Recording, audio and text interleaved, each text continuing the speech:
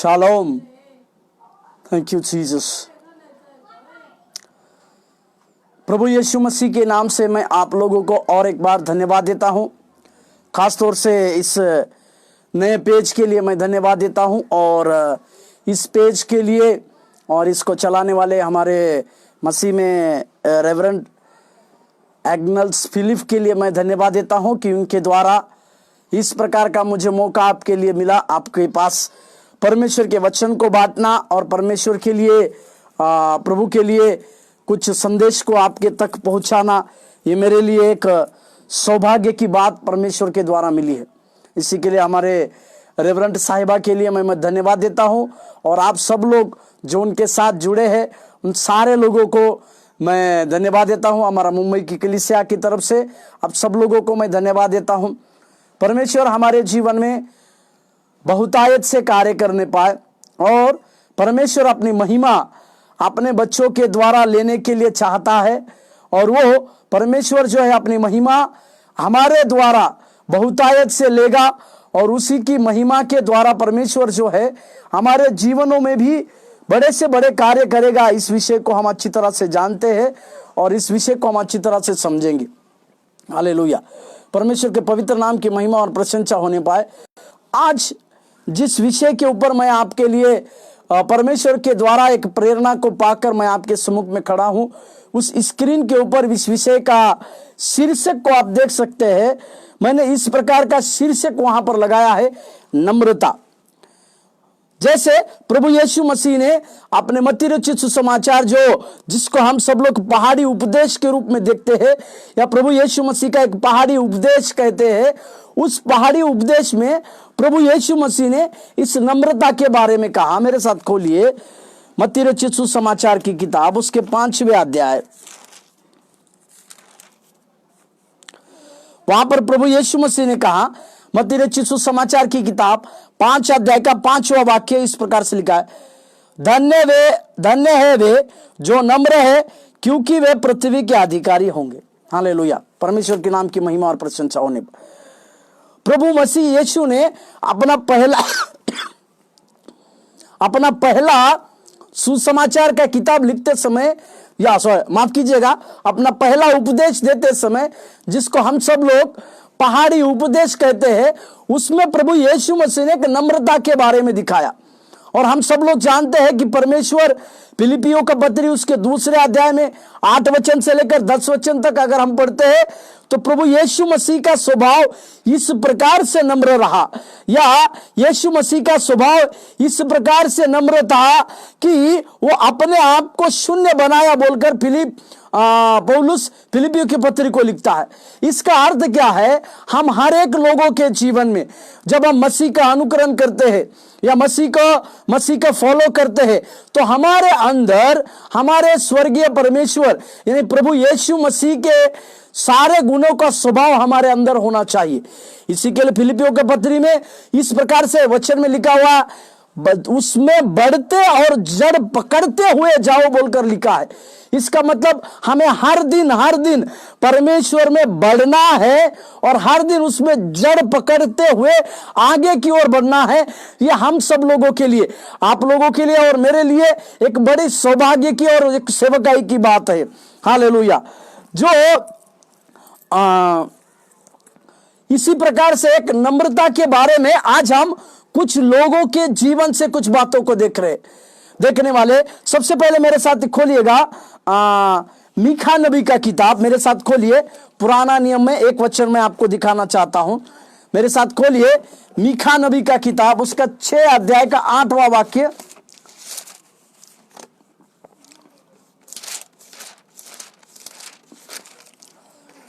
मीखा नबी का किताब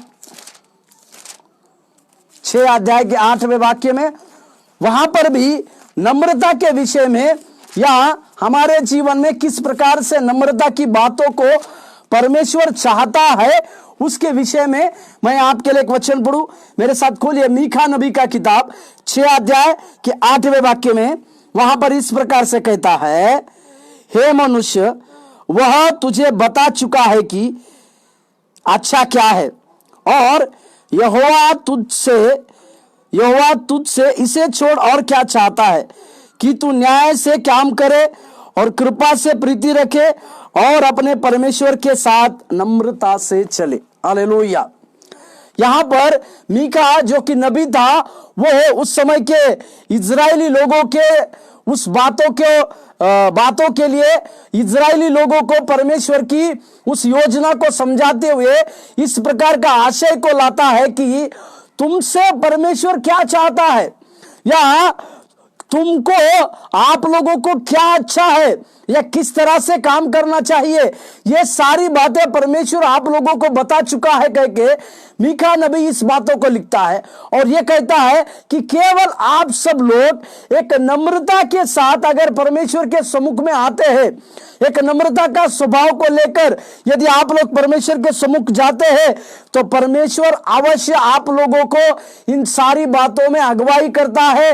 यदि आप लोग नम्रता के साथ चलते हैं तो परमेश्वर आपको स्वीकारेगा और आपके साथ साथ चलेगा।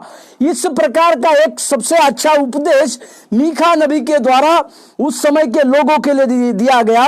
मेरे साथ और एक वचन को पढ़िएगा, कुलुसियों का पत्री 2:23 नए नियम में इसमें लिखा हुआ है। नए नियम में कुलुसियों का पत्री 2:23 वाक्य को मैं आपके लिए पढ़ता हूं। कुलुसियों का पत्री 2 के 23 वाक्य में इस प्रकार से लिखा हुआ है। हालेलुया, परमेश्वर के नाम की महिमा और प्रशंसा। कुलुसियों का पत्री उसके 2 का 23 वाक्य को मैं आपके लिए पढ़ना चाह रहा था। हालेलुया, प्रभु के नाम की महिमा और प्रशंसा होने पर उसमें इस प्रकार से लिखा हुआ है, इन विधियों में अपनी इच्छा के अनुसार गढ़ी हुई भक्ति की रीति और आत्महीनता और शारीरिक योगाभ्यास के भाव से ज्ञान का नाम तो है, परंतु शारीरिक अभिलाषाओं को रोकने में इनसे कुछ भी लाभ नहीं होता। Hallelujah, hallelujah. यहां पर पौलुस अपने जीवन की बातों को लिखता है। यहां पर परमेश्वर पौलुस अपने पवित्र जीवन की बातों को समझाते हुए इस जगह पे लिखता है कि उसके जीवन में किस प्रकार से परमेश्वर के साथ रहना और परमेश्वर के साथ चलना उसके लिए लिखा है। मेरे साथ उसी का पढ़िए, कुलुसियों का पत्री 2:18 और 19। कोई मनुष्य आत्महीनता और स्वर्गदूतों की पूजा करा के तुम्हें दौड़ के प्रतिफल से वंचित ना करे। ऐसा मनुष्य देखी हुई बातों में लगा रहता है और अपनी शारीरिक सच पर व्यर्थ फूलता है और उस शिरोमणि को पकड़े नहीं रहता जिससे सारी देह जोड़ों और पट्टों के द्वारा पालन पोषण पाकर और एक साथ घटकर परमेश्वर की ओर से बढ़ती जाती है। हालेलुया। नम्रता का जीवन मतलब हमें हर दिन परमेश्वर की अगुवाई में या परमेश्वर के साथ साथ बढ़ने का एक काम है और इसी प्रकार की नम्रता की बातें हमारे अंदर सेवकाई में, हमारे सेवकाई की बातों में आने की आवश्यकता है और इसी को हमें पूरी करने की भी जरूरी है। मेरे साथ और एक वचन को पढ़िए, भजन संहिता का किताब 78, भजन संहिता का किताब 78, भजन संहिता 78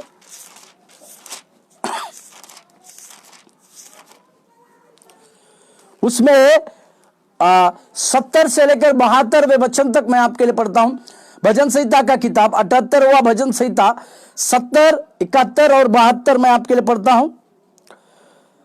फिर उसने अपने दास दाऊद को चुनकर भेड़शालाओं में से ले लिया। वह उनको बच्चे वाली भेड़ों के पीछे पीछे फिरने से ले आया कि वह उसकी प्रजा याकूब की अर्थात उसके नीच भाग इजराइल की चरवाही करे। तब उसने खरे मन से उनकी चरवाही की और अपने हाथ की कुशलता से उनकी अगुवाई की। यहां पर एक शब्द लिखा हुआ है, खरे मन से। दाऊद के विषय में यहां पर भजन स्वीकार करता है, खरे मन से दाऊद ने अपने चरवाहों की देखभाल की। जब जब भेड़िए उस भेड़ों को खाने के लिए आते थे तो दाऊद ने खरे मन के साथ उनकी ना केवल रखवाली की परंतु उनके साथ साथ अपनी जान को जोखिम में डालकर उनको बचाया। इस प्रकार से परमेश्वर दाऊद की उस खरी सेवकाई को और खराई के साथ जो परमेश्वर में वो चला, इन सारी बातों को वो देखता है। खराई का मन मतलब एक विशेष प्रकार की नम्रता की बातों को देखते हैं और समझते हैं। मैं आप लोगों के सामने तीन ऐसे लोगों को सामने रखना चाहता हूं जिनके जीवन में एक व्यवहारिक नम्रता किस प्रकार से पाई गई और उनके उस व्यवहारिक नम्रता को ले देने के बाद हम उसमें से क्या सीखते हैं, या हमें परमेश्वर के लिखित वचन के आधार पर ऐसे तीन लोगों को मैं आपके सम्मुख में रखना चाहता हूं जिन्होंने एक नम्रता के साथ नम्रता का स्वभाव को धारण कर या नम्रता की बातों को देखकर उन्होंने अपने जीवन में कार्य किया और उनकी सारी बातें हमें आज के लिए एक शिक्षा के रूप में मिलती है। एक पहला व्यक्ति जैसे जिसके नम्रता के विषय में बार बार आप सुने होंगे, उसके नम्रता के विषय में बहुत सारे वचनों को भी आप देखे होंगे या उसके बहुत सारे वचनों को भी आप समझे होंगे। उस पहले व्यक्ति का नाम है दाऊद, राजा दाऊद। जैसे इसके पहले के वचन में हमने पढ़ा, दाऊद के लिए परमेश्वर की एक बहुत बड़ी गवाही है। दाऊद को परमेश्वर ने अपने मन का जानने वाला, मेरे मन लायक लिखा है। इस दाऊद की कहानी, परमेश्वर उसको क्यों मन लायक कहा या परमेश्वर ने उस दाऊद को क्यों मन लायक कहा, इसके विषय को हम देखते हैं। ना कि वो दाऊद को परमेश्वर ने मन लायक कहा परंतु दाऊद के घराने से प्रभु यीशु मसीह का भी जन्म हुआ। हालेलुया। इस प्रकार की बड़ी धन्यता या इस प्रकार के बड़े कार्य को दाऊद के जीवन में जब हम होते हुए देखते हैं तो इस दाऊद के जीवन को हमें अभ्यास करने की आवश्यकता है, या इस दाऊद के उस नम्रता की बातों को हमें अभ्यास करने की आवश्यकता है कि ये व्यक्ति, उसके वंश में से प्रभु यीशु मसीह का जन्म होता है। ये इतने बड़े सौभाग्य की बात दाऊद के वंशज को मिली। इसी के लिए हमें उस दाऊद के उस नम्रता को अभ्यास करने की आवश्यकता है कि किस प्रकार से दाऊद अपने जीवन में नम्रता को प्राप्त किया और किस प्रकार से कदम कदम पर दाऊद ने नम्रता को हासिल किया, इसे हम आज देखेंगे। मेरे साथ पहले एक वचन को पढ़िए, पहला शमूएल का पत्री उसके 18वें अध्याय, पहले शमूएल के पत्री उसके 18वें अध्याय 17 और 18वां वचन। मैं तीन लोगों को आपके सम्मुख में रखना चाहता हूं जिनकी व्यवहारिक नम्रता मैं आपको दिखाना चाहता हूं। उसमें पहला व्यक्ति है राजा दाऊद। उसके लिए हम पढ़ रहे हैं पहला शमूएल का पत्री उसके 18 अध्याय 17 और 18वां वचन। 17वां वचन इस प्रकार से ले, शाऊल ने यह सोचकर कि मेरा हाथ नहीं वरन पलिश्तियों ही का हाथ दाऊद पर पड़े, उससे कहा, सुन, मैं अपनी बड़ी बेटी मेरब से तेरा विवाह कर दूंगा, इतना कर कि तू मेरे लिए वीरता के साथ यहोवा की ओर से युद्ध कर। 18वां वाक्य, दाऊद ने शाऊल से कहा, मैं क्या हूं, मेरा जीवन क्या है और इज़राइल में मेरे पिता का कुल क्या है कि मैं राजा का दामाद हो जाऊं। Hallelujah, hallelujah.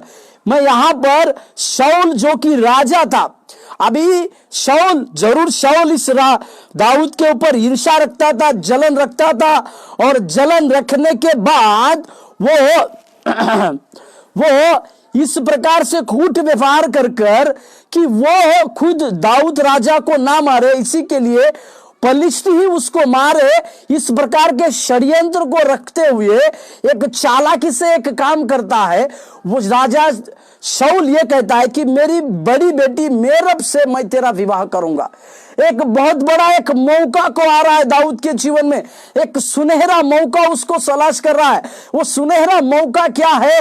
एक राजा की बेटी का, एक राजा का दामाद होने का एक बड़ा सौभाग्य यहां पर दाऊद को प्राप्त हो रहा है, या राजा की बेटी जो राजकुमारी है, उस राजकुमारी के साथ शादी या ब्याह करने का एक न्योता उसको आ रहा है। तब दाऊद राजा अपने आप को नीचा करता है, अपने आप को नीचा झुकाकर वो अपनी नम्रता को इस वचन में प्रकट करता है। 18वां वचन, दाऊद ने शाऊल से कहा, मैं क्या हूं? हालेलुया। कई बार हमारे लिए भी परमेश्वर के द्वारा कई एक ऐसे बड़े बड़े मौके को इस्तेमाल मिलता है, मौके को देता है, या कई बार बड़े बड़े स्टेज में हमें परमेश्वर लेकर जाता है उसकी गवाही के लिए, उसके जीवित वचनों को देने के लिए। तब क्या हमारा जवाब इस प्रकार का होगा?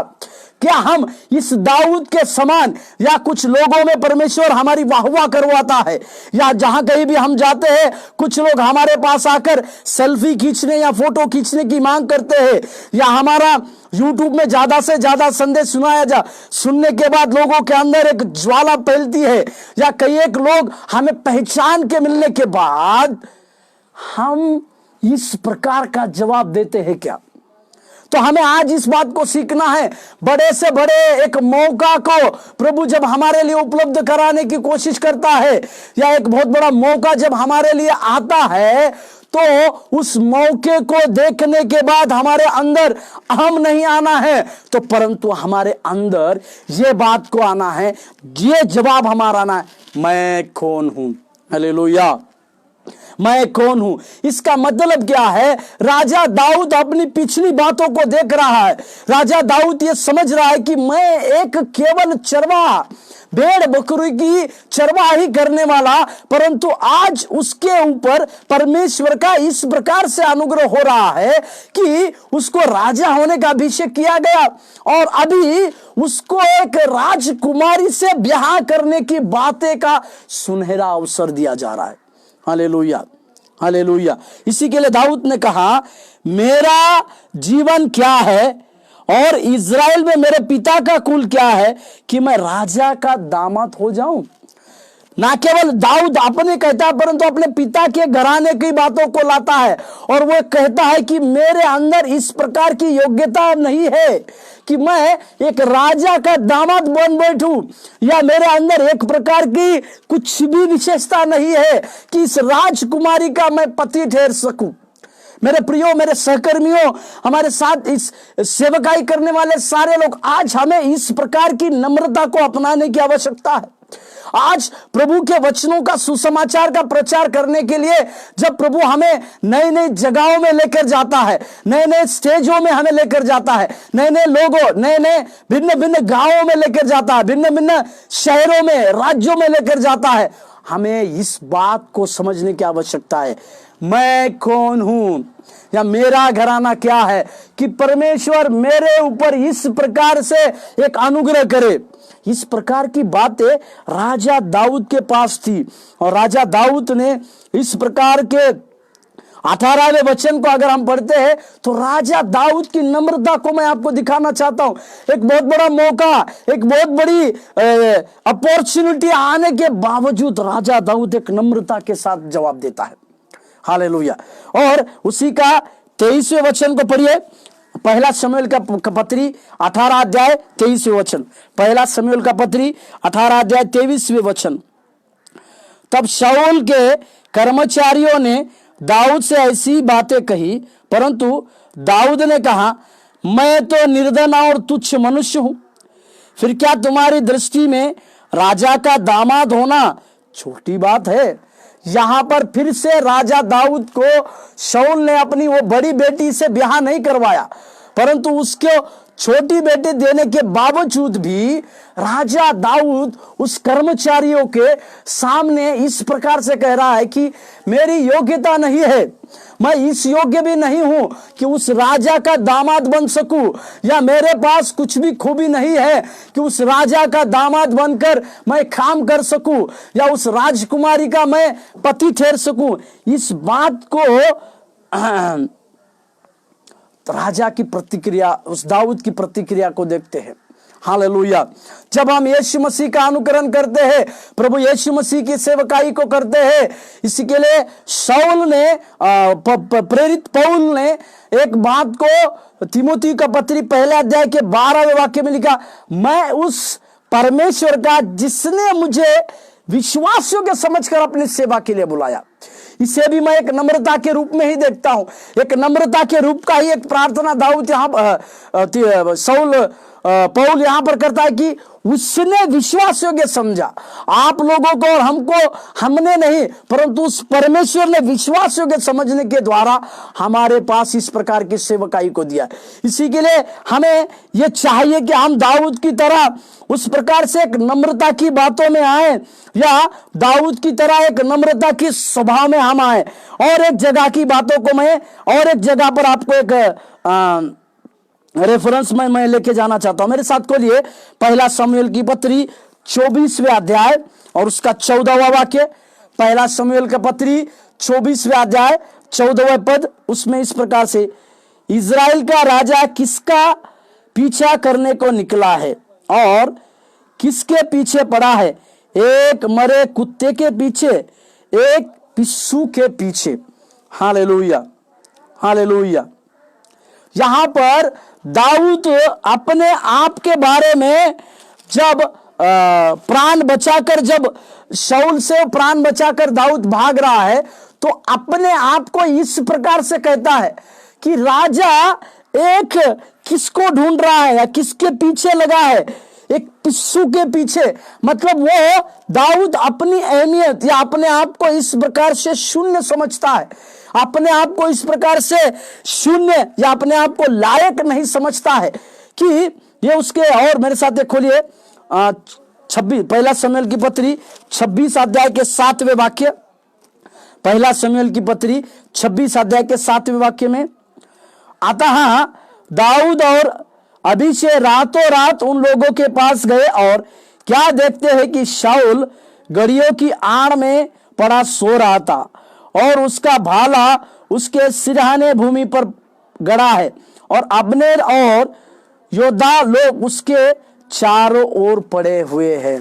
हालेलुया। यहां पर और 12वां वचन को भी पढ़िए, 26 का 12वां वचन। तब दाऊद ने भाले और पानी की सुरही को शाऊल के सिरहाने से उठा लिया और वे चले गए।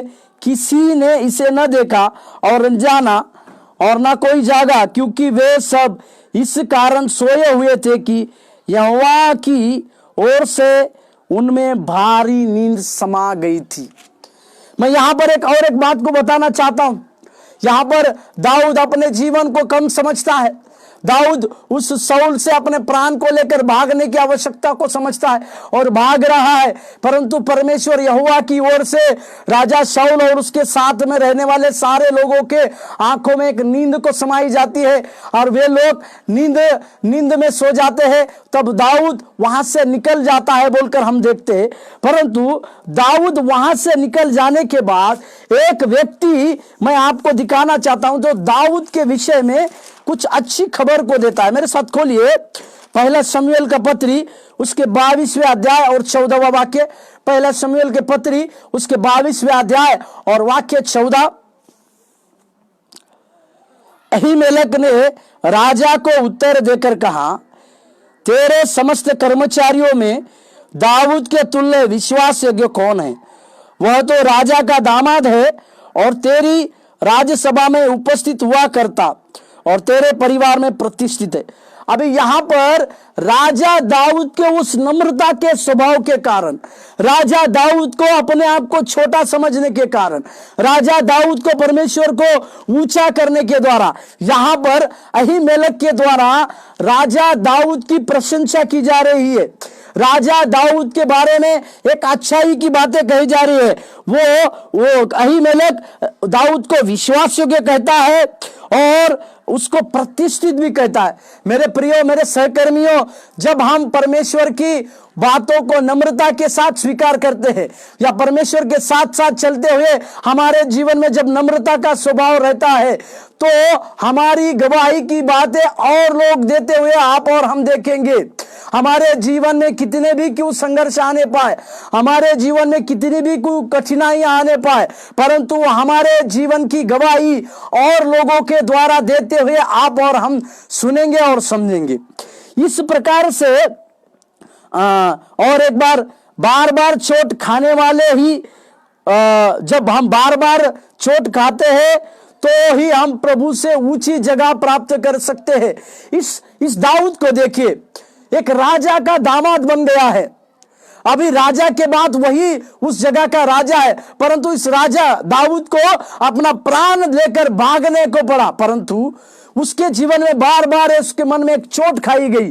परंतु मैं यहां राजा दाऊद के बारे में कहना चाहता हूं कि आप भी यदि बार बार चोट खाते हैं तो परमेश्वर आप लोगों को भी एक ऊंची जगह पर रखता है, परमेश्वर आपको भी एक ऊंचे स्तर पर लिखता है और ज्यादा से ज्यादा आपके लिए तारीफ के शब्दों को भी आप सुन पाएंगे।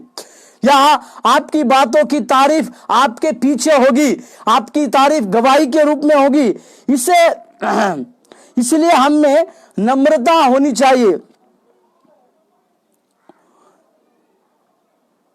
और जब हमारे अंदर नम्रता आएगी तो परमेश्वर हमें नम्रता हमारे शत्रु को भी हमसे दूर करेगा और शत्रु भी हमारे लिए अच्छाई की बातों को बोलेगा।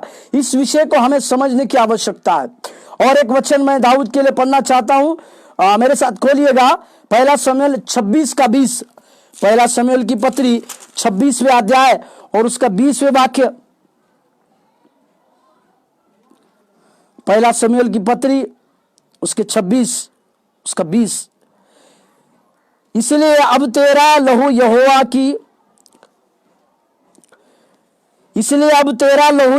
की आंखों की ओट में भूमि पर न बहने पाए। इसी इज़राइल का राजा तो एक पिस्सू ढूंढने आया है, जैसा कि कोई पहाड़ों पर तीतर का आहर करे। हालेलुया। राजा दाऊद यहां पर अपने आप को एक छोटा व्यक्ति समझता है। यही इस राजा दाऊद की नम्रता की सबसे बड़ी बात है। और एक वचन सा बढ़िए, दूसरा शमूएल की पत्री उसके 7वें अध्याय 18वां वाक्य। दूसरा शमूएल की पत्री 7 अध्याय और 18वें वाक्य को अपने परमेश्वर के लिए प्रार्थना का भवन बनाने की बातें जब ये दाऊद के पास आती है और वो परमेश्वर के लिए कहता है कि मैं तेरे लिए एक भवन बनाऊंगा, और परमेश्वर उसको जब जवाब देता है तो यही दाऊद इस प्रकार से प्रार्थना करता है। उसकी प्रार्थना को मैं आपको दिखाना चाहता हूं। मेरे साथ खोलिएगा दूसरा शमूएल की पत्री 7वें अध्याय और 18वां वाक्य। तब दाऊद राजा भीतर जाकर यहोवा के सम्मुख बैठा और कहने लगा, हे प्रभु यहोवा, क्या कहूं और मेरा घराना क्या है कि तूने मुझे यहां तक पहुंचा दिया है। हालेलुया। फिर से इस राजा दाऊद के नम्रता के स्वभाव को हम देख रहे, फिर से हम उस राजा दाऊद के उस नम्रता की बातों को समझ पा रहे। वो अपने आप को घटाते हुए कह रहा है कि मैं प्रभु, मैं कौन हूं कि आपने मुझे इस तरह या यहां तक लेकर आया है, कह के वो इस प्रकार की बातों को देखता है और अपनी बातों को समझता है। ये एक पहला व्यक्ति मैं बताया आपको कि जो नम्रता के साथ जीवन को बिताया, और इसी दाऊद के जीवन में कई बार कई एक शत्रुओं के हमलों के बाद भी, कई प्रकार के निगेटिव फोर्सेस में भी ये अपनी नम्रता को नहीं छोड़ा। दूसरा एक व्यक्ति मैं आपको बताना चाहता हूं, वो व्यक्ति का नाम है अब्राहम। मेरे साथ खोलिएगा उत्पत्ति की पत्री उसके 18वें अध्याय। उत्पत्ति की पत्री 18वें अध्याय और उसके 27वें वाक्य में। उत्पत्ति की पत्री 18 अध्याय 27वें वाक्य। फिर अब्राहम ने कहा, हे प्रभु सुन, मैं तो मिट्टी और राख हूं, तो भी मैंने इतनी ढिठाई की कि तुझसे बातें करूं। इस घटना को आप और हम जानते हैं। परमेश्वर सदोम और गमोरा के लिए एक विनाश करने की बातों को जब दाऊद को अब्राहम से कहता है, और यह भी कहता है कि मैं जो करने पर हूं वो मेरे दास अब्राहम से क्यों छुपाऊं बोलकर परमेश्वर कहता है। उस समय अब्राहम परमेश्वर के सम्मुख 5 बार एक परमेश्वर के मन लायक प्रार्थना को करता है, और इस 5 बार की गई वाली प्रार्थना जो है परमेश्वर अच्छे से सुनता है। और उस परमेश्वर ने अब्राहम ने जिस तरह से उस बातों को किया, परमेश्वर इतने लोग अगर वहां पर होंगे क्या आप उनको नष्ट करेंगे प्रभु? अगर थोड़े से ही लोग वहां पर होंगे तो क्या आप उस जगह पे उस व्यक्ति के वजह से उस जगह को नाश करेंगे? इस प्रकार के 5 बार प्रार्थना अब्राहम उस समय करता है। और अब्राहम जानता है, वो क्या जानता था?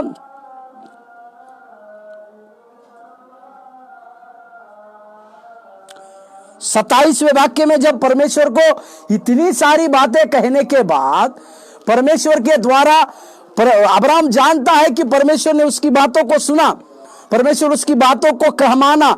इसके बाद वो अपने आप को यह कहता है कि मैं तो मिट्टी और राख हूं, तो भी मैंने इतनी ढिठाई की कि तुझसे बात करूं। यहां अब्राहम की नम्रता को मैं आपको दिखाना चाहता हूं। परमेश्वर का एक बहुत बड़ा दर्शन को पाया हुआ अब्राहम है, सेवकाई के लिए सबसे बड़ी बुलाहट पाया हुआ अब्राहम। अब यहां पर परमेश्वर के उस दूतों के द्वारा वो बातचीत कर रहा है, परमेश्वर के दूतों की सेवा किया वाला, 3 अतीतों की सेवा किया वाला अब्राहम, परमेश्वर का दर्शन प्राप्त किया हुआ अब्राहम परमेश्वर से 5 बार प्रार्थना कर कर परमेश्वर की बातों को बदलने के लिए कहता है। और ये बातें सुनने के बाद अब्राहम इस विषय में आता है कि मैं कौन हूं, मेरा घराना क्या है। मैं ढिठाई किया कि परमेश्वर आपसे बात करूं। हालेलुया, प्रभु के नाम की महिमा और प्रशंसा होने पर यहां पर मैं अब्राहम की भी नम्रता आपको दिखाना चाहता हूं कि अब्राहम भी अपने विषय में इस प्रकार से नम्र रहा, या इस प्रकार से परमेश्वर के लिए नम्रता का स्वभाव को धारण किया, परमेश्वर का दर्शन प्राप्त किया हुआ, परमेश्वर की अद्भुत बुलाहट को प्राप्त किया हुआ। अभी थोड़ी समय 18वें अध्याय में अगर हम देखते हैं तो उस 3 अतिथि जो स्वर्गदूत बनकर उसके पास आए थे, उनका अतिथि सत्कार किया हुआ अब्राहम परमेश्वर को बात कर कर उस परमेश्वर की बातों से उसको दूर करता है, और फिर अपने आप को जांचता है कि मैं कौन हूं जो कि परमेश्वर की बातों को कहा, या परमेश्वर को अपनी बातों को बदलने के लिए कहा। और कहता है कि मैंने ढिठाई की। इसकी अब्राहम की ढिठाई किसके लिए थी? अपना भतीजा लूत के लिए थी, क्योंकि लूत जो है सदोम और गमोरा में रहता था। इसी के लिए अब्राहम उसको बचाने के लिए इस प्रकार की ढिठाई करता था।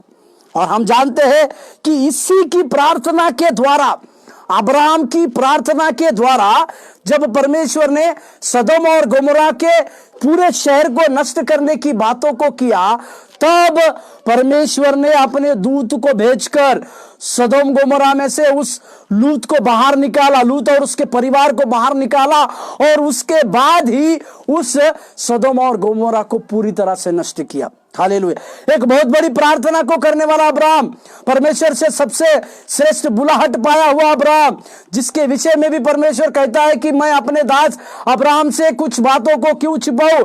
इस प्रकार की बड़ी बातों को करने वाला, इस प्रकार की बड़ी आशीषों को करने वाला अब्राहम अपने आप को कहता है कि मैंने ढिठाई की। मेरे सेवकाई करने वाले सेवकगणों, मैं आज आपको उत्साहित करना चाहता हूं, परमेश्वर हर एक आपकी प्रार्थना को सुनता है, परमेश्वर आपकी सारी जरूरतों को भी उचित समय में पूरा करता है। पर क्या आप उस समय परमेश्वर के लिए धन्यवादित हृदय के साथ रहते हैं, या आप लोग परमेश्वर को एक नम्रता के साथ, प्रभु आज आपने मेरे जीवन को कहां से कहां तक लाया कहकर इस प्रकार की नम्रता को आप स्वीकार करते हैं? इसलिए हमें और आपको इस बातों को समझने की आवश्यकता है।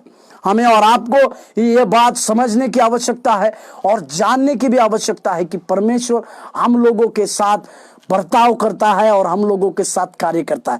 जो लोग नम्रता को अपनाते हैं उनकी सारी बातों को परमेश्वर स्वीकार करता है, क्योंकि परमेश्वर ने, प्रभु यीशु मसीह ने 3.5 साल की उनकी सेवकाई में नम्रता का एक स्वभाव को हमें दिया है। और एक व्यक्ति को मैं आपके लिए सामने लाना चाहता हूं। उस व्यक्ति का नाम है मेमी-बोशेत। उसका नाम है मेमी-बोशेत। मेरे साथ खोलिए दूसरा शमूएल की पत्री 19 अध्याय, दूसरा शमूएल की पत्री।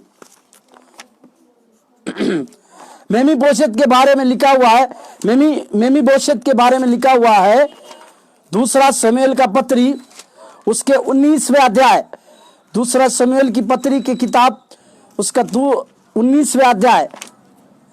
Thank you Jesus, hallelujah. दूसरे शमूएल की पत्री उसका 19वें अध्याय को निकालिए मेरे साथ।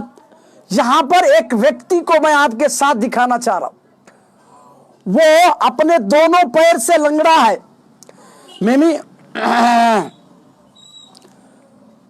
मेमी-बोशेत के बारे में लिखा हुआ है, वो दोनों पैर से लंगड़ा है, परंतु फिर भी उसके ऊपर राजा दाऊद की नजर आ पड़ती है और राजा दाऊद उसको अपने साथ भोजन करने के लिए रखता है, उसको वहां से निकाल कर लाता है। परंतु उस मेमी-बोशेत को जब दाऊद राजा जो दाऊद ने जो उसका प्रिय मित्र योनातान जो था उसको जो शपथ दी थी कि उसके घराने में से किसी को भी वो नहीं मारेगा, ये योनातान के घराने में से एकमात्र बचा हुआ ये व्यक्ति है मेमी-बोशेत, और ये व्यक्ति लंगड़ा था। मेरे साथ खोलिए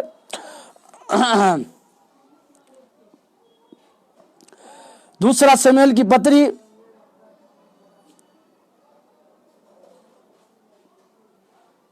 उसके 19वें अध्याय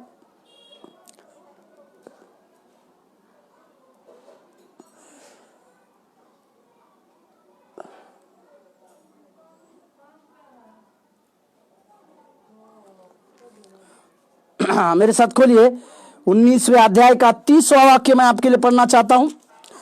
19वें वाक्य को उसका 30वां पहला माफ कीजिएगा, दूसरा शमूएल की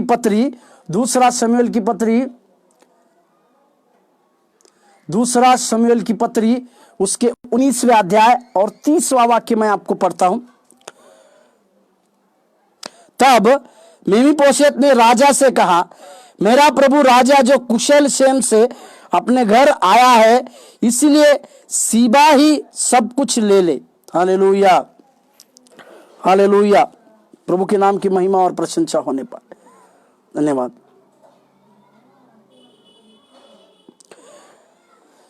यहां पर इस मेमी-बोशेत के बारे में मैं आपसे इस प्रकार से कह रहा था कि ये मेमी-बोशेत जो है एक राजा दाऊद उसको जब लाता है। मेरे साथ खोलिए दूसरा शमूएल की पत्री उसका 90वें अध्याय उसके पहले वाक्य में दाऊद ने पूछा क्या पहले वाक्य, दूसरा शमूएल की पत्री उसके 90वें अध्याय पहला वाक्य और दूसरा वाक्य।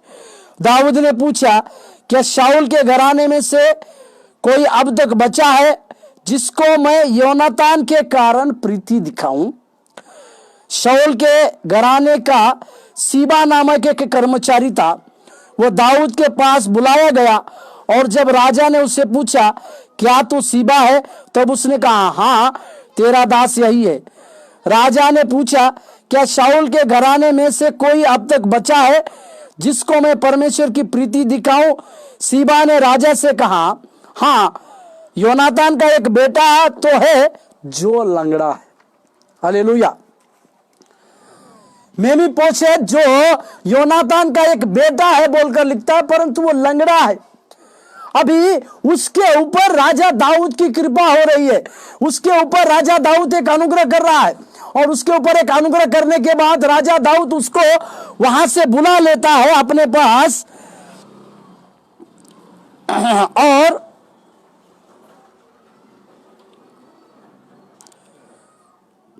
सातवां वाक्य दूसरा शमूएल की पत्री उसके 90वें अध्याय का 7वां वाक्य राजा दाऊद उस मेमी-बोशेत को इस प्रकार से कहता है। पहले 6वां वाक्य मैं पढ़ता हूं, मैं दूसरा शमूएल 9 का 6।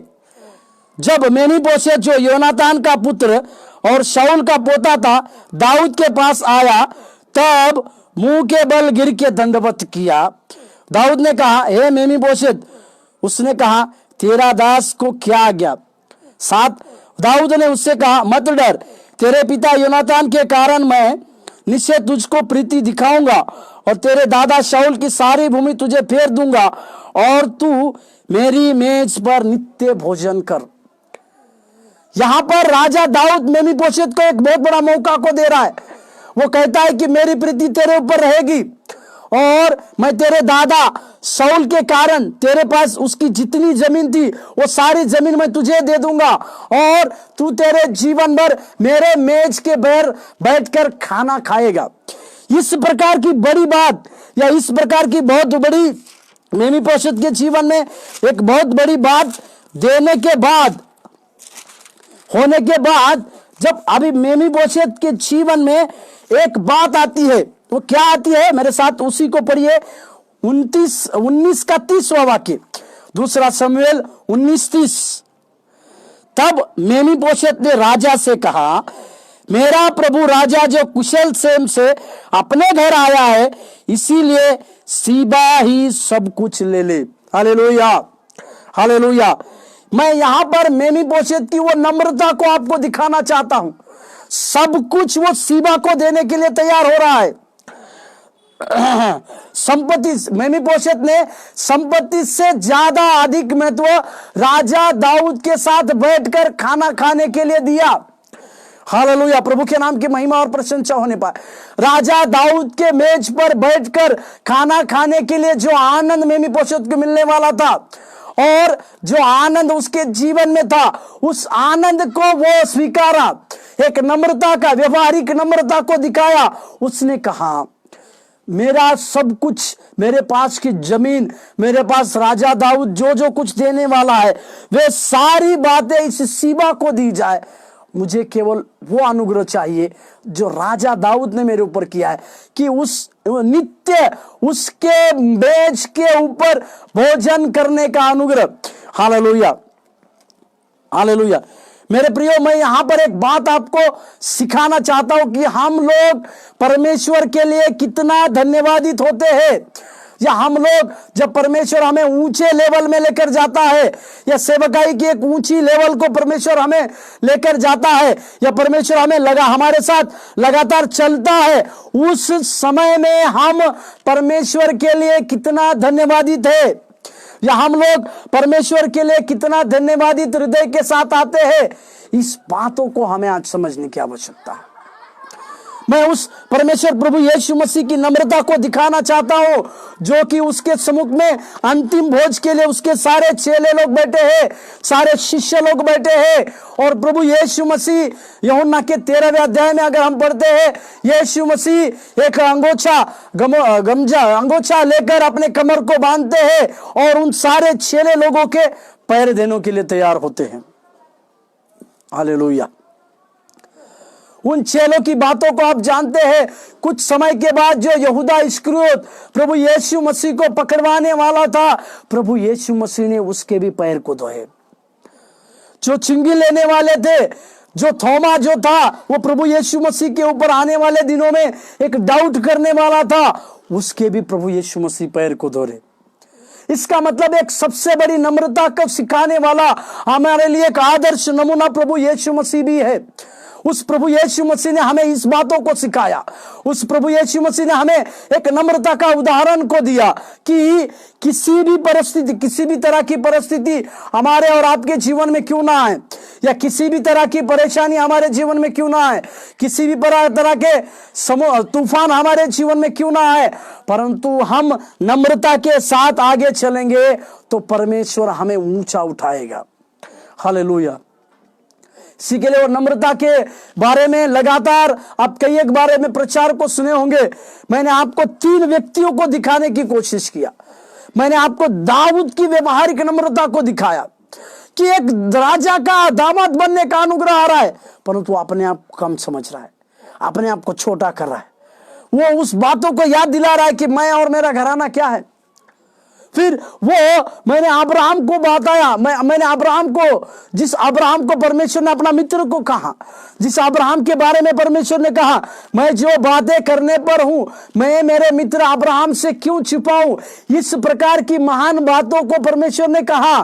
वो इस प्रकार की बातों को करने वाला अब्राहम परमेश्वर के सम्मुख में आकर कहता है कि मैंने ढिठाई की।